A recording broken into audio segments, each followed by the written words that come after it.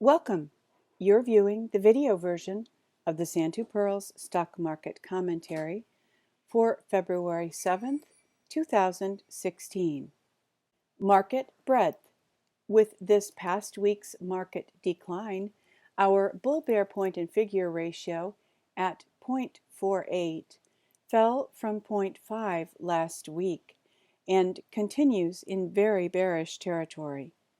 The total count of securities in bullish or bearish patterns fell 3% to 3,139. The count of bearish stocks increased 1%, while the count of stocks in bullish patterns decreased 14%.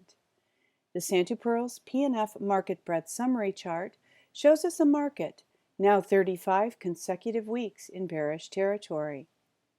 Paid subscribers have access to the OpenOffice Calc data from which the chart is generated. You may become a paid subscriber by visiting s2pmarketsignal.com, clicking Membership, clicking Register, and following the prompts.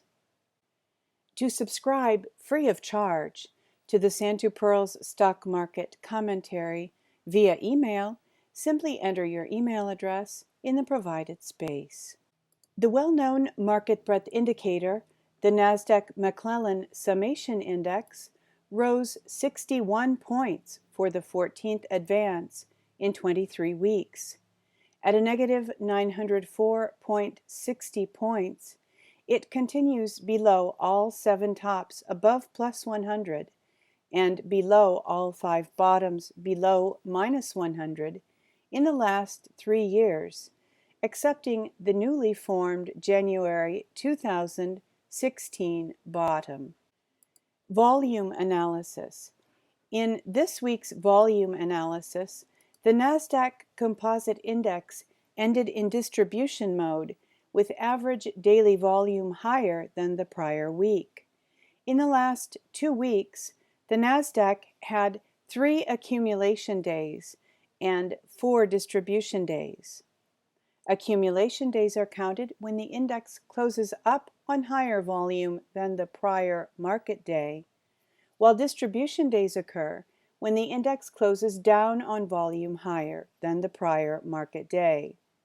Last week, the Nasdaq ended in accumulation mode on lower average daily volume. Momentum. At Tuesday, February 2nd close, the CCI 20 daily formed a zero-line reject short entry signal within the plus or minus 50 range. The CCI 20 daily moved upward at Thursday 2/4 close, but we stay in the trade since it did not rise above the zero-line reject pivot point. We will continue to follow the results of this trade simulation in next week's commentary. In Woody's CCI trading system, 6 consecutive bars above or below zero are required for a change of trend. The weekly CCI 20 of the Nasdaq Composite Index began a Woody's uptrend 10 weeks ago, while the daily CCI 20 began a Woody's downtrend 7 weeks ago. The CCI 20 weekly now has 5 consecutive weeks below zero and at minus 140.79 continues outside the plus or minus 50 range for a zero-line reject long entry signal. Industry rotation the last 2 weeks. All of the top 5 industries are positive, and all of the bottom 5 industries are negative. Bullish disk drives has entered the top 5. KBW Bank has left the bottom 5. Oil Services has left the top 5. Bearish S&P Retail has entered and leads the bottom 5. Brokers and networkers continue in the bottom 5. CompTech has entered the bottom 5. Gold and silver continues in and now leads the top 5. Focus this week from Charles W. Smith's www.of2minds.com. The global economy could fall farther and faster than pundits expect. The following are some key points. We can summarize the dynamics of collapse in many ways. Here's one. Collapse is latent fragility manifesting. Financial collapse isn't out of the blue any more than a heart attack is out of the blue. In the financial realm, fragility builds as the system relies ever more heavily on marginal lenders, borrowers, buyers, and investments for its growth.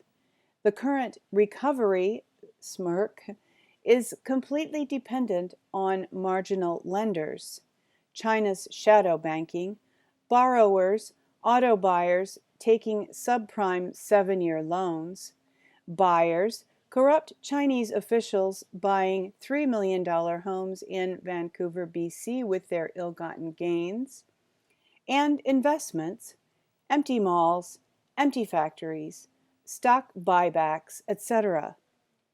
The problem for growth based on the fragile margins is that the entire system becomes fragile as a direct result of this dependence on fragile margins.